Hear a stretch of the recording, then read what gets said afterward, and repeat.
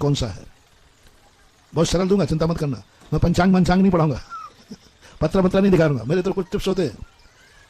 जब कभी तुम किसी की खुशी को देख करके अपना दुख भूल जाओ और खुशी से नाच पड़ो, जाओ, तुम्हारा अच्छा दिन शुरू होने वाला है। कोई सगुन नहीं, अमावस्या भी क्यों ना हो, मृत्यु योग भी क्यों ना हो, सारे तरफ से ग्रह बेकार हो, सब ग्रह बेकार है, लेकिन उस समय तुम्हें किसी की खुशी, किसी की ऊंचाइयां, किसी को देखकर तुम्हें खुशी ये आ गई, हम नहीं सही, कोई तो खुश है। मुनि को देखकर तुम्हें खुशी आई, मैं तो मुनि नहीं बन सकता, लेकिन कल काल में कोई तो मुनि है। मार्ग तो जिंदा है, मैं भले जिंदा नहीं हूं, लेकिन मार्ग तो जिंदा है, कोई तो मुनि है। और ऐसे तुम मुनि नहीं बने हो, लेकिन किसी मुनि को बनते हुए देख करके क्यों जाते हो दीक्षा देखने के लिए? पक्का है तुम्हें लेना नहीं है, बस यही तो भक्ति है। मैं नहीं बनूं, लेकिन कोई तो बन रहा है, कम से कम उसमें नाच के आ जाओ। इसलिए मंदिर तुम्हें बुलाते हैं। मंदिर में आना सगुन क्यों है? मंदिर में आना सगुन इसलिए है क्योंकि मंदिर में आते यदि भगवान को देखकर तुम आए हो दुर्भाग्य हो, तुम आए कष्टों में हो, तुम बहुत परेशानी में हो। अब तो मंदिर आए और आज बहुत बुरे दिन चल रहे हैं, ऐसा कहते ना, अच्छा नहीं चल रहा महाराज जी, तो तुम मंदिर आते हो।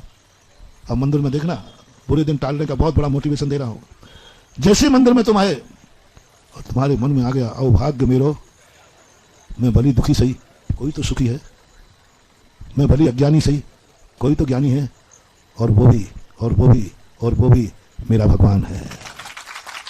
मैं दुखी हूं, लेकिन सुखी कौन है? मेरा भगवान। मैं अज्ञानी हूं और ज्ञानी कौन है? इसलिए मैं सब दुख भूल गया और मुंह से निकल पड़ा, अभाग्य मेरे उदय आयो, दरस से प्रभु जी को लगे हो। जाओ, शगुन हो गया तुम्हारा। मंदिर से लौट के आओगे, सब अमंगल दूर मिलेगा और मंगल ही मंगल होगा। सब सगुन, बस सगुन मानो आप, करता धरता कुछ मानना ही नहीं, सगुन।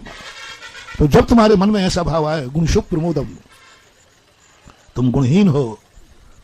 कई बार गरीब लोग आते हैं, बोले महाराज मेरी जिंदगी निकल गई सब कुछ, लेकिन मेरे दिन ऐसे ही चले जाएंगे।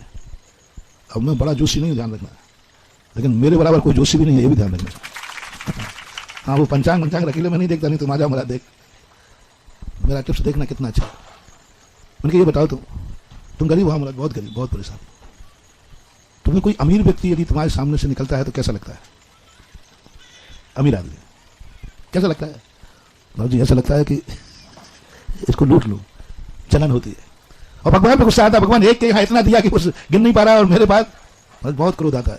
मैं तुरंत कह देता हूं, जाओ, तुम्हारी जिंदगी की कभी गरीबी दूर नहीं होगी, हो ही नहीं सकती, असंभव। जाओ, निर्णय है, किसी से दिखा लो ज्योतिष।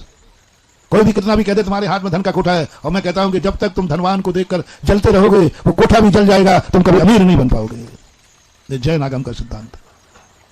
और यदि लो वरदान लो, तुम गरीब हो और अमीर सामने से निकला और तुम्हारा जय जयनंद का मन आया, कोई तो दुनिया में पुण्यात्मा है।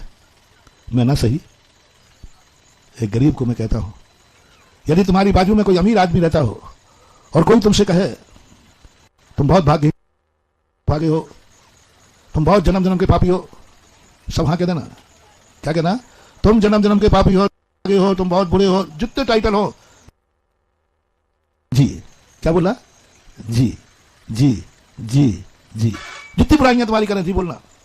बाद में कहना, साहब जो आपने कहा वो तो सब सही है जी, लेकिन मालूम मेरा एक पुण्य है। बोले तेरा क्या पुण्य? पुण्य मुझे मालूम, तेरे लिए क्या हालत। मेरा एक पुण्य है, मेरा एक पुण्य है, मेरे पड़ोस में एक अमीर आदमी रहता है,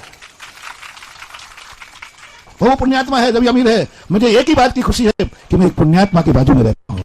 क्या बात, मुझे एक ही खुशी है कि मैं पुण्यात्मा के बाजू में रहता हूं, बस यही मेरा सबसे बड़ा पुण्य है, यही मेरा आनंद है। बस ये भाव आते ही समझ लेना, अब इसके बुरे दिन खत्म होने वाले हैं, अच्छे दिन आने वाले।